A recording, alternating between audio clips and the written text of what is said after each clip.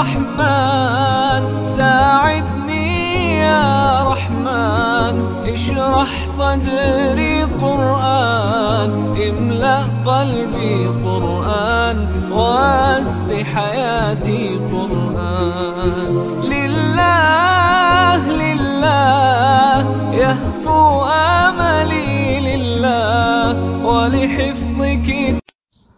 السلام عليكم ورحمة الله وبركاته. أعوذ بالله من الشيطان الرجيم. بسم الله الرحمن الرحيم. الحمد لله الحمد لله الحمد لله رب العالمين. اللهم صل على سيدنا محمد وعلى آله وصحبه وسلم. رب اشرح لي صدري ويسر لي أمري واحلل عقدة من لساني يفقهوا قولي. ബഹുമാന്യരായ സഹോദരിമാരെ, നമ്മൾ പഠിച്ചുകൊണ്ടിരിക്കുന്നത് സൂറത്തുൽ ആലയാണ്. 14 ആയത്തുകളാണ് നമ്മൾ ഈ സൂറയിൽ പഠിച്ചു കഴിഞ്ഞത്. ഇനി പഠിക്കാനുള്ളത് 15-ാമത്തെ ആയത്താണ്. ബിസ്മില്ലാഹിർ റഹ്മാനിർ റഹീം. വദക്കറ സ്മ റബ്ബിഹി ഫസല്ല.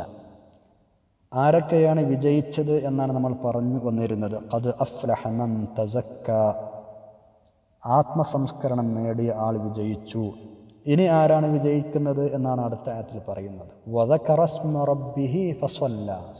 അള്ളാഹുവിൻ്റെ പേരിനെ ഓർത്തുകൊണ്ടിരിക്കുന്ന ആൾ അവനും വിജയിച്ചിരിക്കുന്നു. ഫസല്ല, അങ്ങനെ നമസ്കാരം നിർവഹിക്കും ചെയ്ത ആൾ അവരും വിജയിച്ചിരിക്കുന്നു. വദക്കറ, സ്മരിക്കുന്ന ആളും ജയിച്ചിരിക്കുന്നു. എന്ത് സ്മരിക്കുന്ന ആൾ? ഇസ്മ, പേര്, നാമം സ്മരിക്കുന്ന.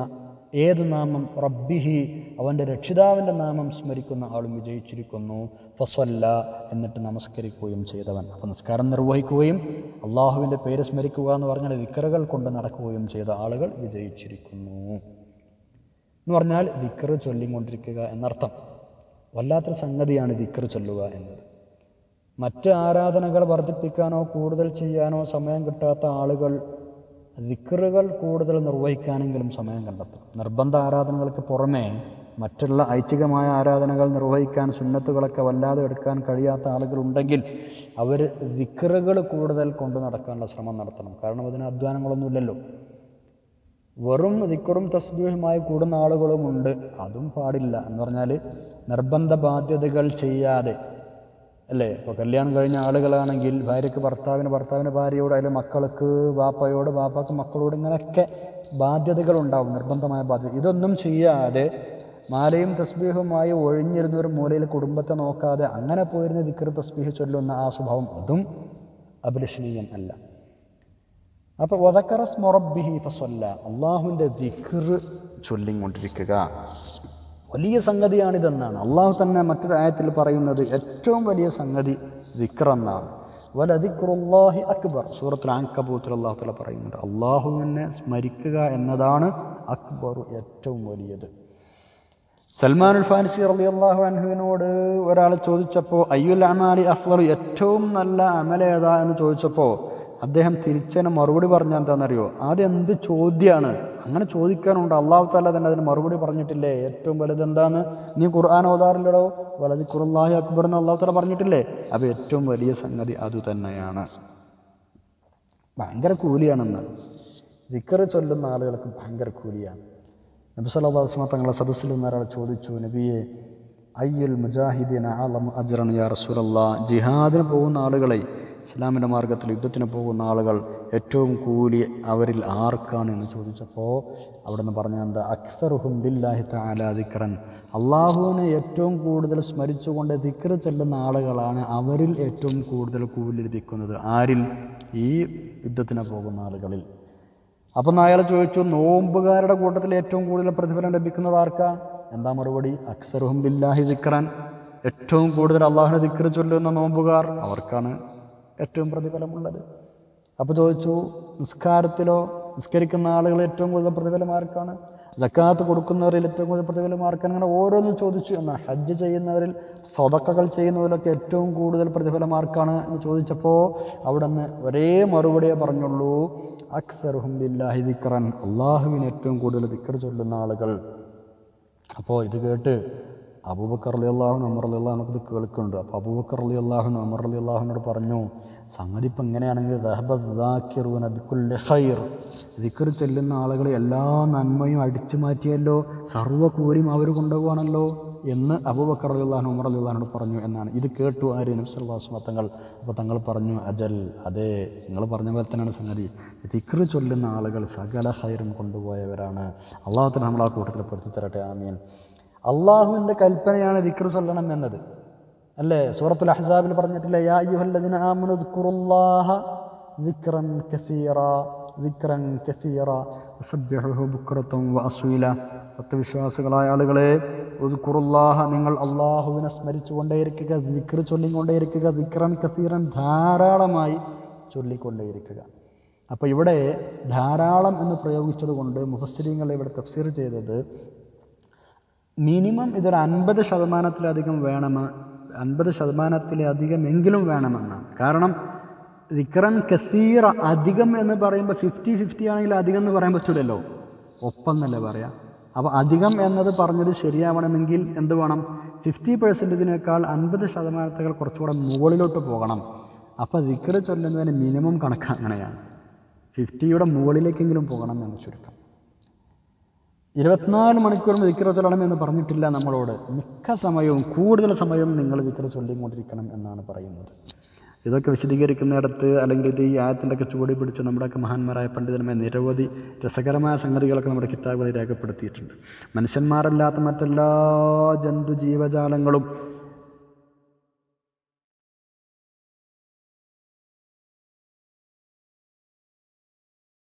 എന്ന കണക്ക് പറഞ്ഞിട്ടില്ല, നിങ്ങൾ കൂടുതൽ ചൊല്ലിക്കൊണ്ടേയിരിക്കുക എന്നാണ്. വേറെ ഒരു ഇബാദത്തിൻ്റെ കൂടെയും കസീർ എന്ന് അല്ലാഹു തആല പറഞ്ഞിട്ടില്ല. ഒരുപാട് സ്ഥലത്ത് നിങ്ങൾ ശ്രദ്ധിച്ചാൽ അത് മനസ്സിലാവും. ഉദാഹരണമായ സൂറത്തുൽ അഹ്സാബിൽ വദ്ദാക്കിരീന അല്ലാഹ കസീറൻ വദ്ദാക്കിറാത്ത്, അവിടെ ദിക്ർ ചൊല്ലുന്ന ആളുകൾ, ധാരാളമായ ദിക്ർ ചൊല്ലുന്ന ആളുകൾ, അവിടെ കസീർ എന്ന് പ്രയോഗിച്ചു. അതുപോലെ തന്നെ സക്കരിയ നബി അലൈഹി ഇസ്ലാമിനോട് അല്ലാഹു തആല പറയുന്നതും കൂടുതൽ ദിക്ർ ചൊല്ലാനാണ്, അല്ലേ? വദ്കുർ റബ്ബക കസീറൻ വസബ്ബിഹ് ബിൽ അശ്യി വൽ ഇബ്കാർ. ഖാല റബ്ബ് ഇജ്അൽ ലി ആയതൻ ഖാല ആയതുക ലാ തുകല്ലിമു അന്നാസ 3 അയ്യാമിൻ ഇല്ലാ റംസ വദ്കുർ റബ്ബക കസീറൻ. ദിക്ർ എന്ന് പറഞ്ഞെടുത്ത് കസീർ എന്ന് ഉപയോഗിച്ചു, ധാരാളമായി ചൊല്ലണമെന്ന് ഉപയോഗിച്ചു. സക്കരിയ നബി അലൈഹി സ്വലാമിനോടും അല്ലാഹു തആല പറഞ്ഞത് അതുതന്നെയാണ്, വദ്കുർ റബ്ബക കസീറൻ വസബ്ബിഹ് ബിൽ അശ്യി വൽ ഇബ്കാർ. ആയത്ത് മാറി, കൈ നുസബ്ബിഹക. മൂസാ നബി അലൈഹിസ്സലാം അല്ലാഹു തആലയോട് പറയുന്നതും അങ്ങനെയാണ്, കൈ നുസബ്ബിഹക കസീറൻ വനദ്കുറക കസീറ. ഹാറൂൻ നബി അലൈഹി സ്വലാമിനെ കൂടെ സഹായത്തിന് വെച്ചു തരണമെന്ന് അള്ളാഹുവിനോട് റിക്വസ്റ്റ് ചെയ്ത് ആ അപേക്ഷയുടെ കൂടെയാണ് മൂസാ നബി അലൈഹി സ്വലാം ഇങ്ങനെ പറയുന്നത്. എങ്ങനെ? ഹാറൂൻ നബിയെ കൂടെ എൻ്റെ കൂടെ കൂട്ടിത്തരണം. എന്തിനാണെന്നറിയോ? കൈ നുസബ്ബിഹക കസീറൻ വനദ്കുറക കസീറൻ, നിന്നെ ധാരാളമായി ഓർക്കാനും നിനക്ക് ധാരാളമായി തസ്ബീഹ് ചൊല്ലാനും. അപ്പോൾ സക്കരിയ നബി അലൈഹി ഇസ്ലാമിനോടും ദിക്ർ ചൊല്ലാൻ പറഞ്ഞപ്പോൾ കസീറൻ എന്ന് ഉപയോഗിച്ചു. മൂസാ നബി അലൈഹി ഇസ്ലാമിൻ്റെ വാക്കിലൂടെയും അല്ലാഹു തആല ദിക്റിൻ്റെ കൂടെ കസീറൻ എന്ന് ചേർത്തി പറഞ്ഞു. അതുപോലെ തന്നെ നമ്മളോടും അങ്ങനെ തന്നെ. നേരത്തെ ഞാൻ ആയത്ത് ഓതിയല്ലോ, യാ അയ്യുഹല്ലദീന ആമനൂ ഉദ്കുറുല്ലാഹ ദിക്റൻ കസീറ, അവിടെയും കസീറ എന്നാണ് ഉപയോഗിച്ചത്. നേരെ മറിച്ച് ദിക്ർ ചൊല്ലാത്ത ആളുകളെ അല്ലാഹു തആല ഇതിന് നേരെ ഓപ്പോസിറ്റായ ഖലീൽ എന്ന പദം ഉപയോഗിച്ചാണ് വിശേഷിപ്പിച്ചത്. ദിക്ർ പറയുമ്പോഴൊക്കെ കസീർ എന്ന് പറഞ്ഞെടുത്ത്, ദിക്ർ കുറഞ്ഞെടുത്ത് അള്ളാഹുവിനെ ശ്രദ്ധിക്കാത്ത ആളുകളെ കുറിച്ച് പറയുമ്പോൾ ഖലീൽ എന്ന് പ്രയോഗിച്ചിട്ടുണ്ട്. മുനാഫിക്കീങ്ങളായ ആളുകളാണ് അവർ, അല്ലേ? മുനാഫിക്കീങ്ങളായ ആളുകളെ കുറിച്ച് വിശേഷിപ്പിച്ചെടുത്ത് അല്ലാഹു തആല പറഞ്ഞ എന്താണ്? ലാ യദ്കുറൂന അല്ലാഹ ഇല്ലാ ഖലീല, വളരെ കുറച്ച് മാത്രം അള്ളാഹുവിനെ ഓർക്കുന്ന ആളുകൾ. അപ്പോൾ കുറച്ചെന്തെങ്കിലുമൊക്കെ ദിക്ർ ചൊല്ലിയിട്ട് രക്ഷപ്പെടുന്ന ആളുകളുണ്ടല്ലോ, അവർ മുനാഫിക്കീങ്ങളുടെ ലക്ഷ്യമുള്ള ആളുകളാണ് എന്നർത്ഥം. അപ്പോൾ ദിക്ർ നന്നായി ചൊല്ലുക, ഇത്ര എന്നില്ല, കഴിവിൻ്റെ പരമാവധി എന്നാണ് പറഞ്ഞതർത്ഥം. അല്ലാത്ത ആളുകൾ അള്ളാഹുവിനെ അറിയാത്തവരോ അതല്ലെങ്കിൽ കപടവിശ്വാസികളുടെയൊക്കെ കൂട്ടത്തിൽ പെട്ടുപോകും. അതിൽ നിന്ന് സൂക്ഷിക്കുക. യുദ്ധം ചെയ്യുന്ന സമയത്ത് പോലും അല്ലാഹു തആല നിരന്തരമായി കൊണ്ടു നടക്കാൻ പറഞ്ഞ സംഗതിയാണ് ദിക്ർ. യുദ്ധം ചെയ്യുക എന്ന് പറഞ്ഞാൽ വളരെ കോൺസെൻട്രേറ്റഡ് ആയില്ലേ, കൃത്യമായ ശത്രുവിനെ നേരിട്ട് ഏറ്റുമുട്ടുന്ന രംഗങ്ങളാണ് അതൊക്കെ. അവിടെ പോലും നിങ്ങൾ എന്ത് ചെയ്യണം? അള്ളാഹുവിനെ സ്മരിക്കണം. യാ അയ്യുഹല്ലദീന ആമനൂ ഇദാ ലഖീതും ഫിഅതൻ ഫസ്ബുതു വദ്കുറുല്ലാഹ കസീറൻ ലഅല്ലകും തുഫ്ലിഹൂൻ. കണ്ടോ, നിങ്ങൾ ശത്രുവുമായി ഏറ്റുമുട്ടിക്കൊണ്ടിരിക്കുന്ന സമയത്ത് വദ്കുറുല്ലാഹ കസീറ, വദ്കുറുല്ലാഹ കസീറൻ, ധാരാളമായി നിങ്ങൾ ദിക്ർ ചൊല്ലിക്കൊണ്ടിരിക്കണം. ഇത് നമ്മൾ ഏറ്റെടുക്കുക.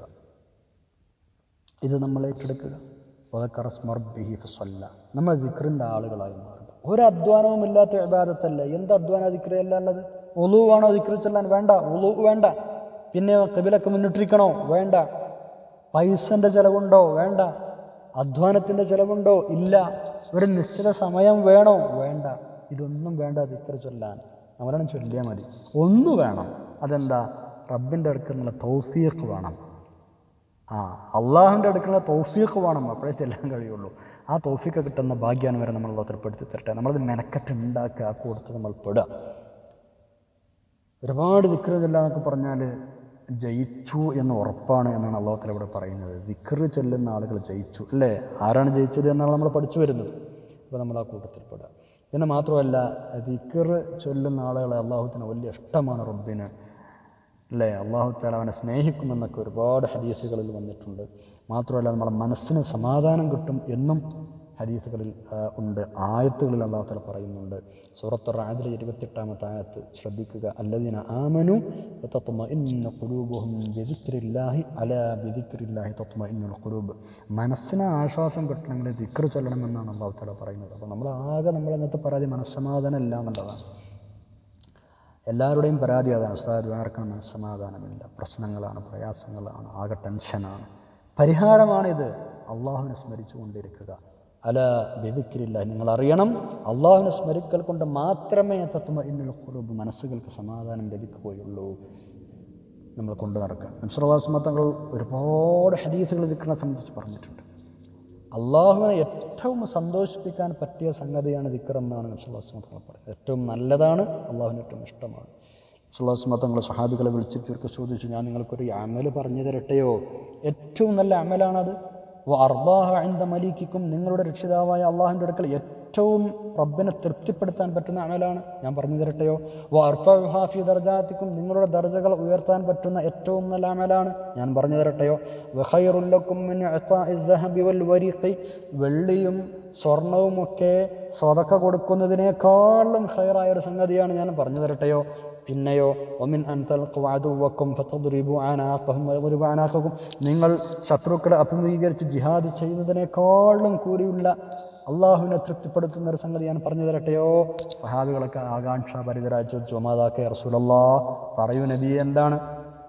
അവിടെ നിന്ന് പറഞ്ഞു സല്ലല്ലാഹു അലൈഹി വസല്ലം, ദിക്റുല്ലാഹ്, അള്ളാഹുവിനെ സ്മരിക്കുക എന്നതാണ്. അള്ളാഹുവിനെ ദിക്ർ ചൊല്ലലാണ്. സുബ്ഹാനല്ലാഹ്, എന്തൊരു പ്രതിഫലമാണ്! യാ അല്ലാഹ്.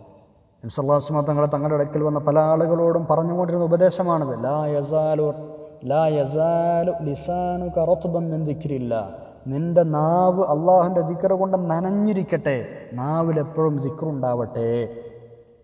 സുബ്ഹാനല്ലാഹ്, വളരെ എളുപ്പമുള്ള ഇബാദത്താണ്. നേരത്തെ പറഞ്ഞതുപോലെ ഒരു അധ്വാനമോ ഒരു ചെലവോ അല്ലാത്ത ഇബാദത്താണ്.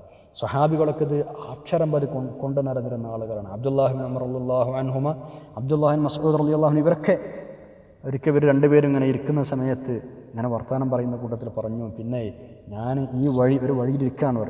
ഈ വഴിയിലൂടെ ഇങ്ങനെ നടന്നു പോയിട്ട് ആളുകൾക്ക് മുഴുവനും ദീനാറുകൾ അള്ളാഹുവിൻ്റെ മാർഗത്തിൽ ചെലവഴിക്കുന്നതിലേറെ എനിക്കിഷ്ടം എന്താണെന്നറിയോ? സുബ്ഹാനല്ലാഹി വൽഹംദുലില്ലാഹി വലാ ഇലാഹ ഇല്ലല്ലാഹു അല്ലാഹു അക്ബർ എന്നും പറഞ്ഞു അള്ളാഹുവിനെ ദിക്ർ ചൊല്ലലാണ് എന്നാര് പറഞ്ഞു? അബ്ദുല്ലാഹിബ്നു മസ്ഊദ് തങ്ങൾ പറഞ്ഞു. അപ്പോഴാണ് അബ്ദുല്ലാഹിബ്നു അംർ റളിയല്ലാഹു അൻഹു ഇങ്ങനെ പറഞ്ഞത്, എനിക്കും അങ്ങനെ തന്നെയാണ്. അള്ളാഹുവിൻ്റെ മാർഗത്തിൽ യുദ്ധം ചെയ്യാനുള്ള കുതിരകളെ ഒരുക്കുന്നതും അതിൻ്റെ മുകളിൽ ഭാരങ്ങൾ വെച്ച് യുദ്ധ കളത്തിലേക്ക് അവയെ പറഞ്ഞേക്കാൻ ഒരുക്കുന്നതിനേക്കാളും ഒക്കെ എനിക്കിഷ്ടവും ഈ ദിക്ർ ഈ വഴിയിൽ അങ്ങനെ ചൊല്ലി നടക്കലാണ്. സുബ്ഹാനല്ലാഹ്, അതൊക്കെ കൃത്യമായി കൊണ്ട് നടന്നിരുന്ന ആളുകളാണ് അവർ. നമ്മളും ആ കൂട്ടത്തിൽ പെടാൻ ശ്രമിക്കുക. ഇൻഷാ അല്ലാഹ്, അല്ലാഹു തആല നമുക്ക് തൗഫീഖ് തരട്ടെ. ഇത് സംബന്ധമായി കുറച്ചുകൂടെ നമുക്ക് പറയാനുണ്ട്. അടുത്ത ക്ലാസ്സിൽ വിശദമായി പഠിക്കാം. സുബ്ഹാനകല്ലാഹു വബിഹംദിക അശ്ഹദു അല്ലാ ഇലാഹ ഇല്ലാ അൻത അസ്തഗ്ഫിറുക വഅതൂബു ഇലൈക്. അസ്സലാമു അലൈക്കും വറഹ്മത്തുള്ളാഹി വബറകാതുഹു.